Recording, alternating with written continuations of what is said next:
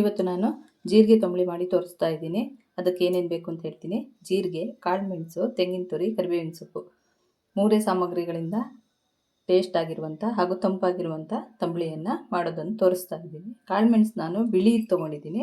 ಕಪ್ಪು ಕಾಳುಮೆಣಸು ಬೇಕಿದ್ದರೂ ತೊಗೊಳ್ಬೋದು. ಹೇಗೆ ಮಾಡೋದು ಅಂತ ತೋರಿಸ್ತೀನಿ. ಬಾಣಲಿ ತಗೊಂಡು ತುಪ್ಪ ಹಾಕ್ಕೊಳ್ತೀನಿ. ಒಂದು ಅರ್ಧ ಸ್ಪೂನಷ್ಟು ಸಾಕು. ಜೀರಿಗೆ ಹಾಕ್ಕೊಳ್ತೀನಿ. 1 ಸ್ಪೂನಷ್ಟು ಜೀರಿಗೆ ಇದೆ.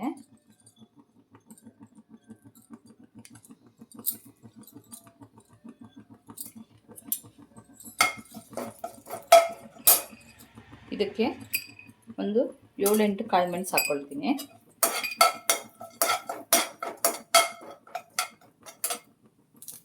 ಒಂದು 4 ಕರಿಬೇವಿನ ಸೊಪ್ಪು ಹಾಕ್ಕೊಳ್ತೀನಿ.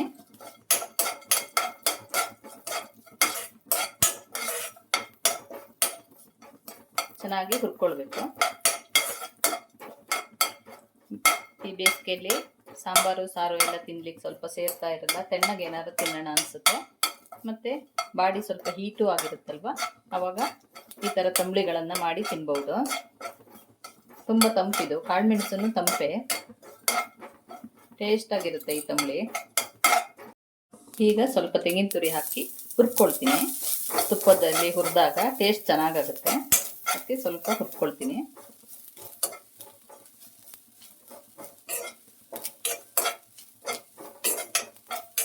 ನಾನೊಂದು 2-3 ಜನಕ್ಕೆ ಮಾಡ್ತಾ ಇರೋದು. ಅದೇ ಅಳತೆಯಲ್ಲಿ ಹೆಚ್ಚು ಕಡಿಮೆ ಮಾಡ್ಕೊಳ್ಬೋದು.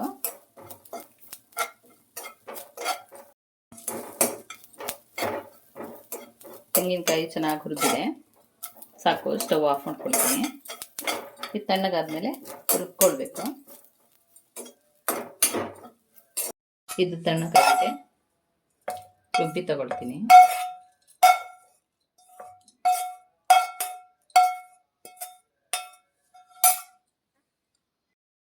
ರುಚಿಗೆ ಬೇಕಾದಷ್ಟು ಉಪ್ಪು ಹಾಕ್ಕೊಳ್ತೀನಿ. ಸ್ವಲ್ಪ ಮೊಸರು ಹಾಕಿ ರುಬ್ಕೊಳ್ತೀನಿ. ರುಬ್ಬಿದಾಗಿದೆ.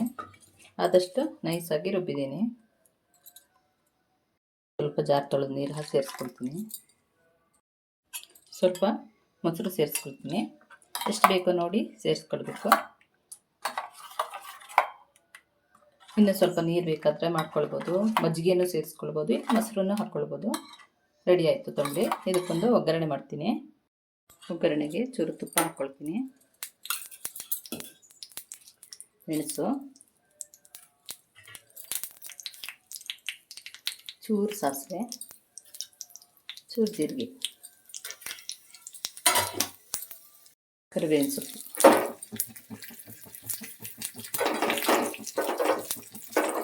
ಸಾಕು. ಸ್ಟವ್ ಆಫ್ ಮಾಡ್ತೀನಿ.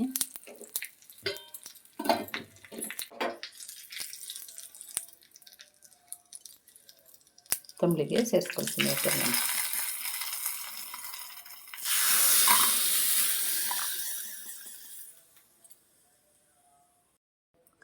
ಇವತ್ತಿನ ವಿಡಿಯೋದಲ್ಲಿ ನಾನು ಜೀರಿಗೆ ತಂಬುಳಿ ಹೇಗೆ ಮಾಡೋದು ಸುಲಭವಾಗಿ ಅಂತ ತೋರಿಸಿದ್ದೀನಿ. ಈ ವಿಡಿಯೋ ನಿಮಗೆ ಇಷ್ಟ ಆದಲ್ಲಿ ಲೈಕು, ಶೇರು, ಕಮೆಂಟ್ ಮಾಡಿ.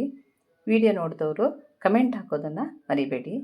ಸಬ್ಸ್ಕ್ರೈಬ್ ಮಾಡದೇ ಇದ್ದರೆ ಸಬ್ಸ್ಕ್ರೈಬ್ ಮಾಡಿ. ಪ್ಲೀಸ್ ಸಪೋರ್ಟ್ ಮಾಡಿ. Thank you.